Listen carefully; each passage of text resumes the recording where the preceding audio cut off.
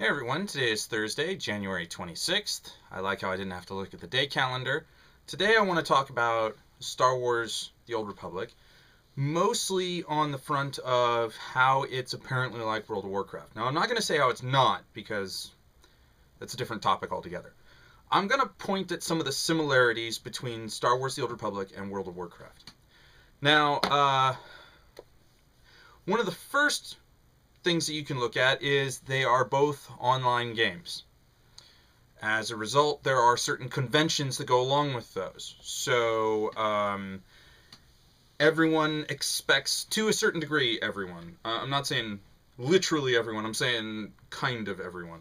I'm qualifying the extreme there. Everyone kind of expects certain things from their online games, and so let's look at World of Warcraft. You have a series of races.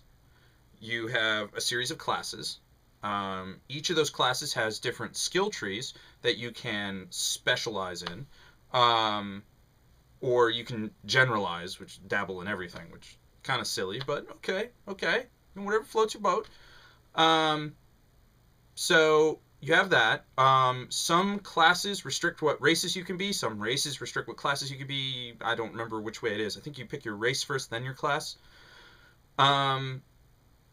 You start out in a low-level area where you're just given a few little things to get you started. You get like a wooden sword and, a shitty bow. And, well, I mean, this is the generic MMO structure here that we're used to these days. We've seen it a lot. You go out into the wilderness and they say, okay, do me a favor, collect some mushrooms for me. So you go out, you find 3 mushrooms, you bring them back. And he's like, awesome. Now what I need you to do, over here we have a few wolves. Can you go over here and kill 5 wolves? Sure, no problem. You go over there, you kill 5 wolves. Come back, you bring them the wolf pelts. Sweet. Okay, I need you to go talk to my buddy over in the next town. You think you can make that hike? Sure, no problem. You hoof it out there. Before you know it, you've just gone from the intro on how to pick things up and how to kill things and how to turn in pickup quests and how to turn them in to cross-country traveling, however long or short it may be, into your first quest hub. Likewise, it also starts pretty much the same way in Star Wars Online. Well, yeah, Star Trek too. You start in a little area, and it slowly gets bigger, essentially. And they say, hey, go over here, kill a few guys for us. Hey, go over here, blow up a few things for us. Which is almost the same as picking up a couple of things.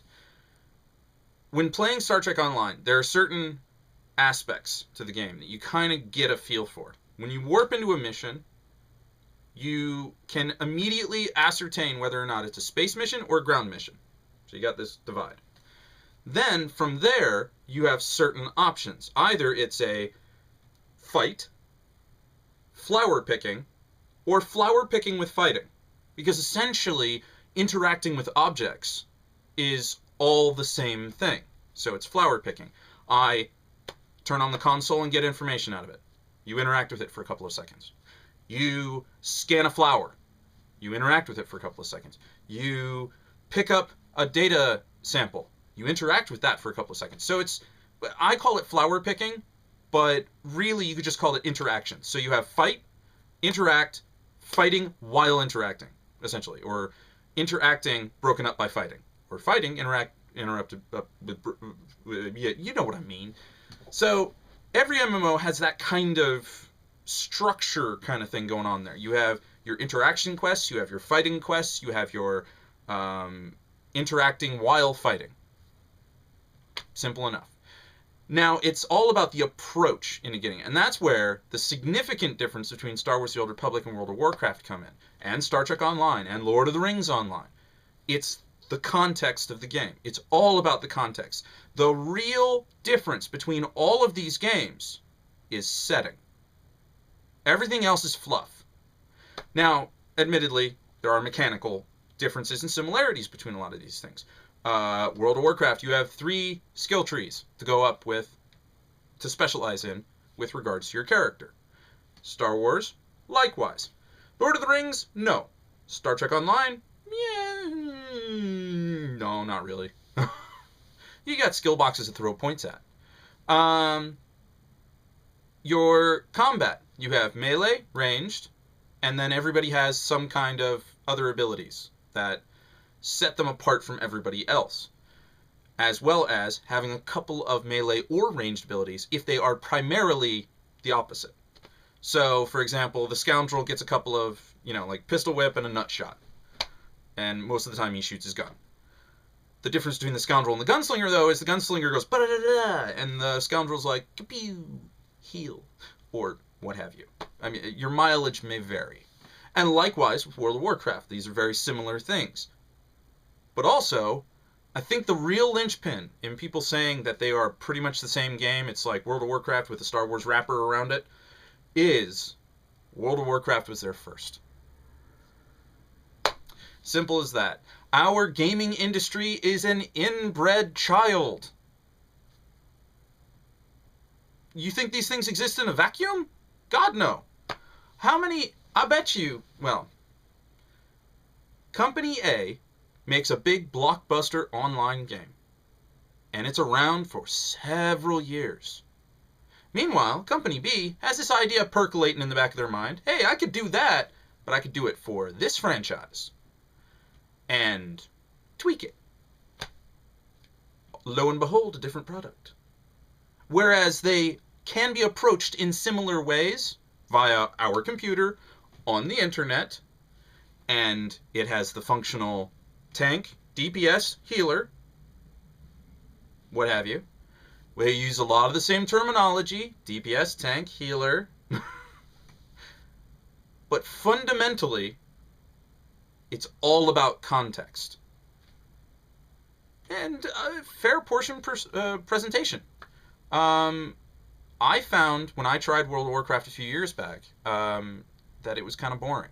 Now, mind you, I didn't get very far past the starter zones because I got bored with it quickly.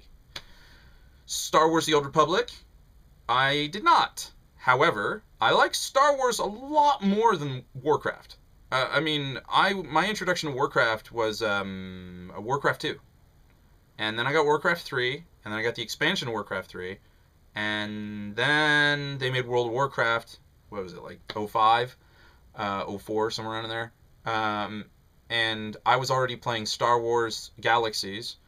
A lot of the population from Galaxies dropped to play World of Warcraft, which I don't fault them for doing. Now there's kind of this divide again. It's Star Wars versus World of Warcraft, kind of, again, in the Star Wars community at least. And the attempt to label the Old Republic as a WoW killer, from a Star Wars perspective, I love having a Star Wars game on the market because it means World of Warcraft has to work to keep players. And that's the way it should be. They have to work to keep you paying to play their game. I want them to do that because that means they're going to push the envelope a bit. They're going to try new things. They're going to do cool new stuff. From what I heard, when Star Wars The Old Republic was announced and they said, we're going to do an entirely voice-acted game, World of Warcraft started throwing more voice acting into the game. That's cool. That's really good of them. Be competitive. Star Wars does one thing, World of Warcraft do something else. Please, make people choose which game they want to play. Make people invest their time in the product they're more passionate about. I like Star Wars The Old Republic. I'm not going back to playing Star Wars Galaxies. 1, the thing I paid a crap ton of money for is gone. Also, 2, I'm not going to play an emulator of a game where I had everything I wanted already. I don't want to have to work through it all again. Really. I have the shiny new toy, Star Wars The Old Republic. Oh, speaking of shiny new toys, I got a brand new phone yesterday. I was running on a very outdated, 2 years apparently, outdates technology. I was running on a Droid Ares phone. Amazingly good thing. I enjoy it. Oh, oops. It was off. Because I have my other phone. That one's on. But I went from this dinky little thing to like this massive thing. And it's so much more comfortable in my hands. because my hands would cramp using the DS or the PlayStation Portable. So now that I have like a phone the size of a PlayStation Portable, um, and I can turn it sideways to type on the touch screen, and the touch screen is like the entire friggin' device. It's very, very nice for me. So, yeah, kudos on that. I wish I hadn't turned that on because now it's going to take forever to boot up. So, old phone, new phone, awesome. I got a HTC Resound. I let the sales clerk talk me into it. I honest to God, they do not do a very good job of labeling which phones are 3G and which one are 4G. And so I'm looking at like a 3G phone, not knowing it's a 3G, and I'm going, "Oh, that's nice, and I like the interface and all that." And he goes, "Oh yeah, that's a 3G phone. You don't want that." I'm going, I don't. And then he explains to me, "Well, 4G, we're trying to upgrade everybody to 4G because it's a stronger signal and you can get more people on it." And me having taken some telecommunications courses, I'm following along going, "Oh, right, that makes perfect sense. I gotcha." So, oh look, no service on this phone. I wonder why.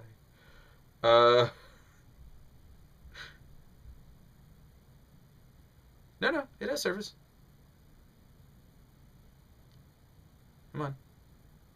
Power off. Speaking of power off. Yeah, I don't really have a summary to this because this thing is ongoing. There are differences, there are similarities, but you can look at any two online games and point out a slew of similarities. You can look at any 10 and just compare them. I mean, hell, you pay $15 a month for World of Warcraft, you pay $15 a month for Star Wars, you pay $15 a month for Star Trek, you can pay $15 a month for Lord of the Rings, you can pay $15 a month for DDO. And it's not just the pricing plans that are practically the same, it's the approaches to the gameplay. Now, each one has their own, like I said, context. Do I want to play D&D online? Do I want to play in Middle-earth? Do I want to play a captain in Starfleet? Do I want to be a Tauren shaman? Lightning bolts from the sky. Do I want to be a Jedi Knight wielding a pair of lightsabers and just being a whirling dervish? Really depends on what I want to play. And for those of you who are bashing the other games, you are welcome to do so. But just don't expect me to give a crap. So, until next time.